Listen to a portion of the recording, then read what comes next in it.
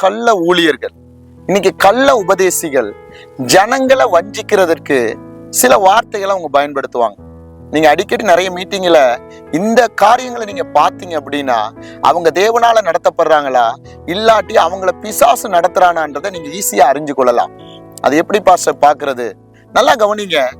இன்னைக்கு இந்த சில வஞ்சிக்கிற பாருங்க ஊழியர்கள், இன்னைக்கு கள்ள உபதேசிகள், இன்னைக்கு பெரிய பெரிய மீட்டிங்கள், பெரிய பெரிய கிரவுடுகள்ல ஜனங்களை வஞ்சிக்கிறதுக்கு அவங்க பயன்படுத்துற விதம் எப்படின்னா, நீங்க அதான் நல்லா கவனிச்சு பாருங்க.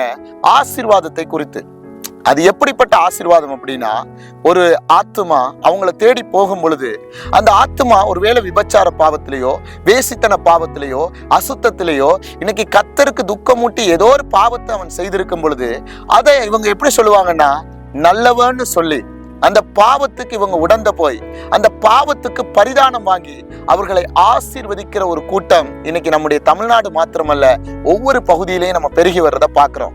அதான் அழகா சொல்றாரு மல்கியாக்கு எழுதின தீர்க்கதரிசன புஸ்தகம் 2வது அதிகாரம் 17வது வசனம் சொல்லுது, உங்கள் வார்த்தைகளினாலே கர்த்தரை வருத்தப்படுத்துகிறீர்கள், ஆனாலும் எதினாலே அவரை வருத்தப்படுத்துகிறோம் என்கிறீர்கள். பொல்லாப்பை செய்கிற எவனும் கர்த்தரின் பார்வைக்கு நல்லவன் என்றும், அப்படிப்பட்டவர்கள் பேரில் அவர் பிரியமாய் இருக்கிறார் என்றும், நியாயம் தீர்க்கிற உன் தேவன் எங்கே என்றும் நீங்கள் சொல்லுகிறதுனாலேயே. நல்லா கவனிங்க. பொல்லாப்பை செய்கிற அப்படின்னா கர்த்தருக்கு விரோதமா அவன் எந்த பாவத்தை செய்தாலும் அவன் நல்லவன். நல்லா திரும்பவும் சொல்றேன், மனம் திரும்புறது வேற, மனம் திரும்பி பாவத்தை விட்டு நன்மை செய்ய விரும்புறது வேற. ஆனா அதே பாவத்துல இருந்து பணத்தை கொண்டு ஆசீர்வாதத்தை வாங்கலான்னு ஒரு கூட்டம் இன்னைக்கு இருக்கு பாத்தீங்களா? அவங்களுக்கு கர்த்தர் எதிராளின்னு நீங்க சொல்றாரு.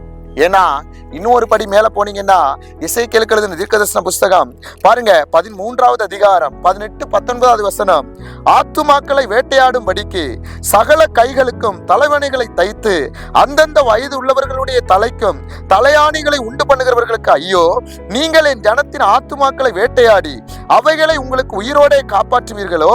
சாகத்தகாத ஆத்துமாக்களை கொல்வதற்கும் உயிரோட இருக்கத்தகாத ஆத்துமாக்களை உயிரோடு காப்பாற்றுவதற்குமாக நீங்கள் பொய்க்கு செவி கொடுக்கிற என் ஜனத்துக்கு பொய் சொல்லுகிறதுனாலே சில சிறங்கை கோதுமைக்காகவும் அப்ப துண்டுகளுக்காகவும் என்னை என் ஜனங்களுக்குள்ளே பரிசுத்த குலைச்சலாக்குவீர்களோ அப்படின்னா வார்த்தை சொல்லுது.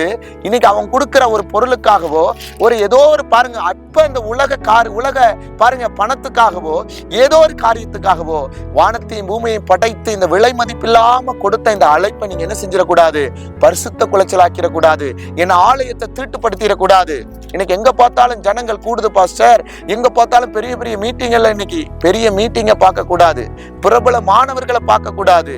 உங்களுக்குள்ள இருக்கிற பரிசுத்த ஆவியானவர் எந்த நிலைமையில இருக்கிறாரு? உங்களுக்கும் கர்த்தருக்கும் என்ன தொடர்பு இருக்கு?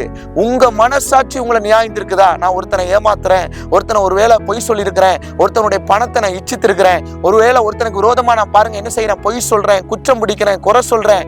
உங்க மனசாட்சி உங்களை நியாயந்திருக்கும். நீங்க நைட்ல படுக்கும் பொழுது, நீங்க தனியா படுத்திருக்கும் பொழுது, நீங்க ஒரு வேலை செஞ்சுட்டு வந்திருப்பீங்க, ஆண்டவர் உங்களோட பேசுவாரு. இன்னைக்கு நிறைய இடத்துல மனசாட்சி இந்த நாட்கள் அப்படின்னா உங்க ஆத்துமால பரிசுத்த ஆவியானவர் பேசுறது இன்னைக்கு எப்படி ஆயிடுச்சு? மரிச்சு போற நிலைமை, அப்படின்னா இன்னைக்கு செத்த நிலைமை. அதான் வெளிப்படுத்தல் 3:1 சொல்லுது, நீங்கள் உயிரோடு பேர் பெற்றவர்கள் செத்தவர்களா இருக்கிறீங்க, அனலும் இல்லாமல் குளிரும் இல்லாமல் வெதுவெதுப்பாய். எனக்கு அன்பான தேவனுடைய பிள்ளையே, பொல்லாப்பு செய்கிற எவனையும் நம்ம நல்லவன் சொல்லிடக்கூடாது.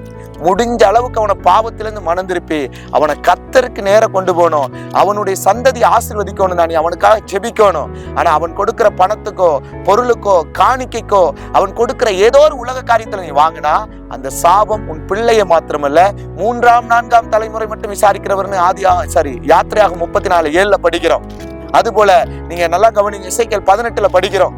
அதனால நல்லா கவனிச்சு கொள்ளுங்க, பாவம் செய்கிற ஆத்மா தான் சாகும். அதனால நீங்க பொல்லாப்பு செய்கிறவனை நல்லவன் என்ன செஞ்சிடக்கூடாது?